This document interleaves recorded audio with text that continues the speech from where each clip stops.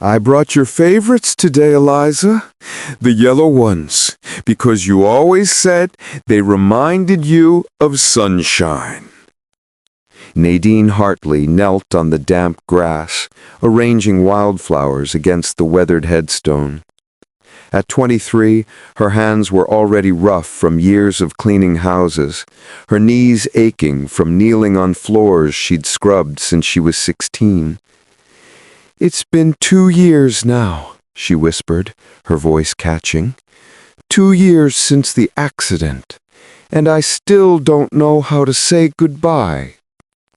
She didn't hear the footsteps behind her until a man's voice, rough with emotion, broke the silence. "Excuse me, I don't mean to intrude, but that's my wife's grave, too." Nadine turned, startled. A man in his mid-30s stood a few feet away, his designer overcoat damp from the morning mist, his dark eyes red-rimmed. He looked like he hadn't slept in days. "I'm sorry," Nadine's hand went to her chest. "There must be some mistake. This is Eliza Chase. She was—" "My wife," he finished, his voice breaking. "Eliza Chase Brennan. We were married for 8 years." Nadine's world tilted. She stared at the name carved in granite, seeing it differently now. "But she told me she didn't have any family. She said she was alone." The man, Colton Brennan, he introduced himself, lowered himself onto the grass beside her, expensive coat and all. "We were separated. Had been for 18 months before she died. I was too stubborn to reach out, too proud to admit I'd been wrong about everything that mattered."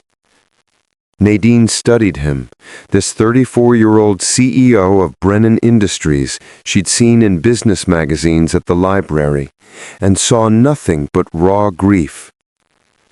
"How did you know her?" Colton asked quietly. I saved my life." She paused, memories flooding back. 2 years ago, I was 17 and homeless, living in my car after my foster placement fell through.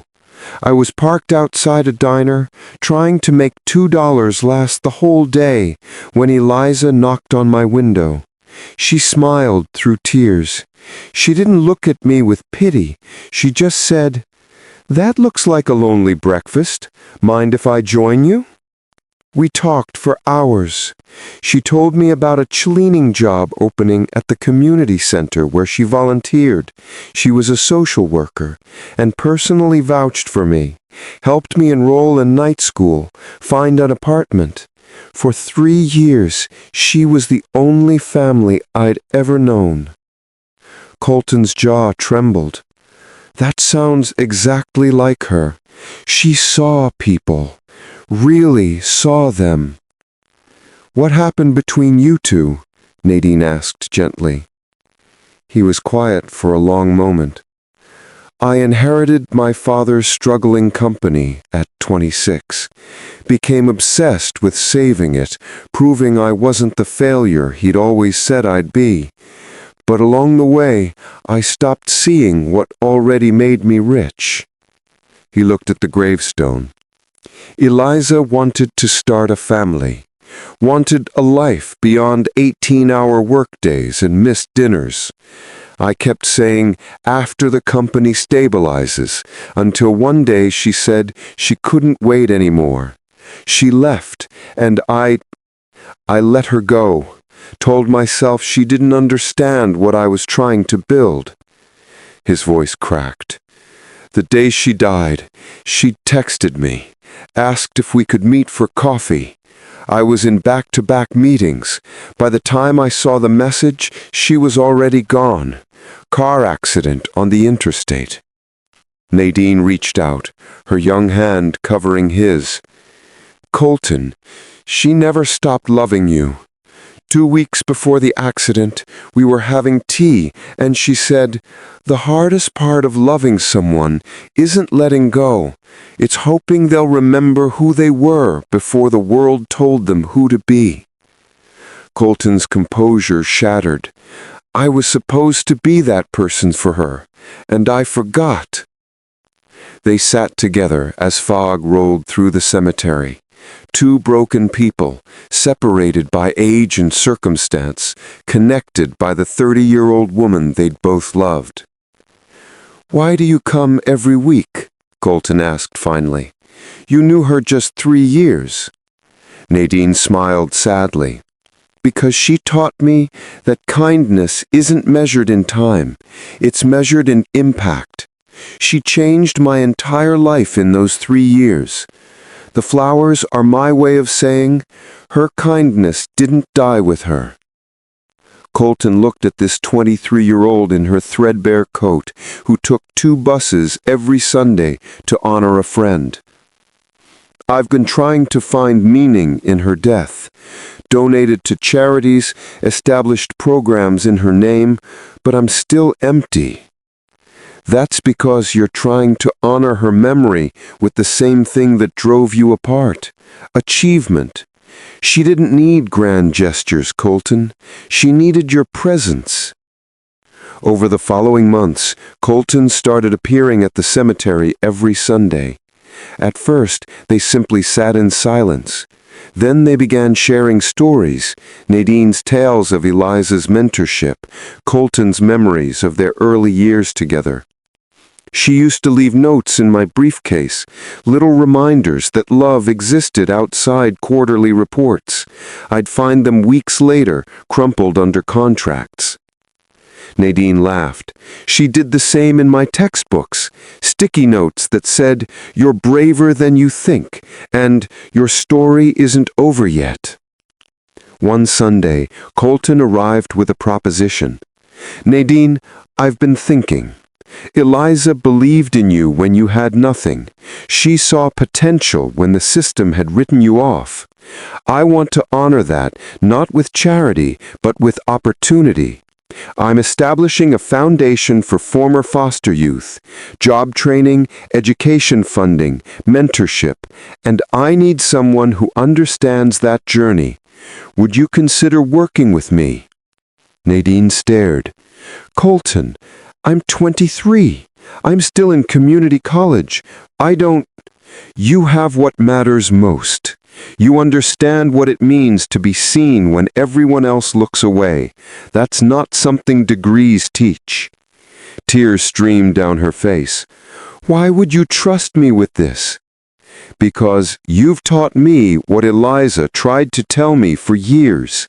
That true success isn't what you build, it's who you become while building it. Let me give you what she would have wanted, a chance to pass her kindness forward."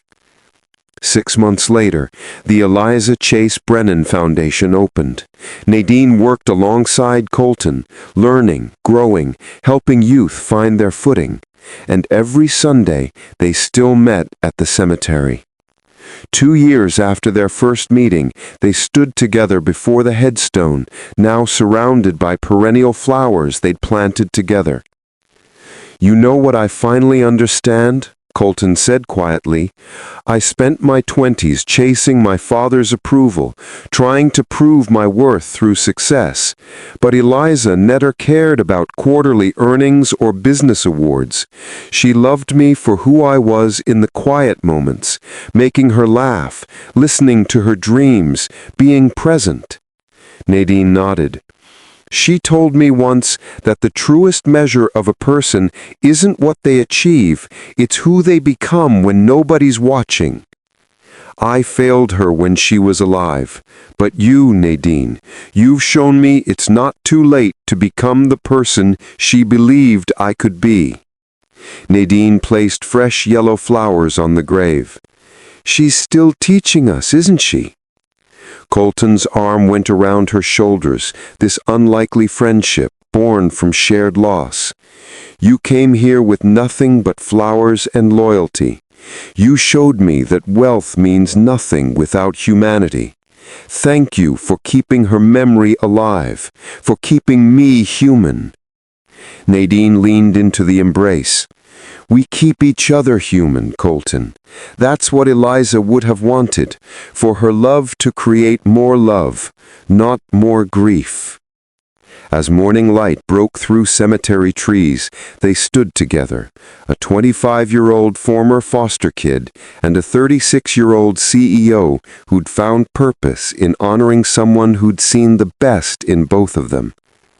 "The flowers will keep blooming," Nadine said softly, "season after season, just like kindness does when we choose to nurture it. Because some people leave this world but never really leave. They live on in every life they touched, every heart they opened, every person they taught that love is the truest form of legacy." If you enjoyed this story, please like, share, subscribe, and comment.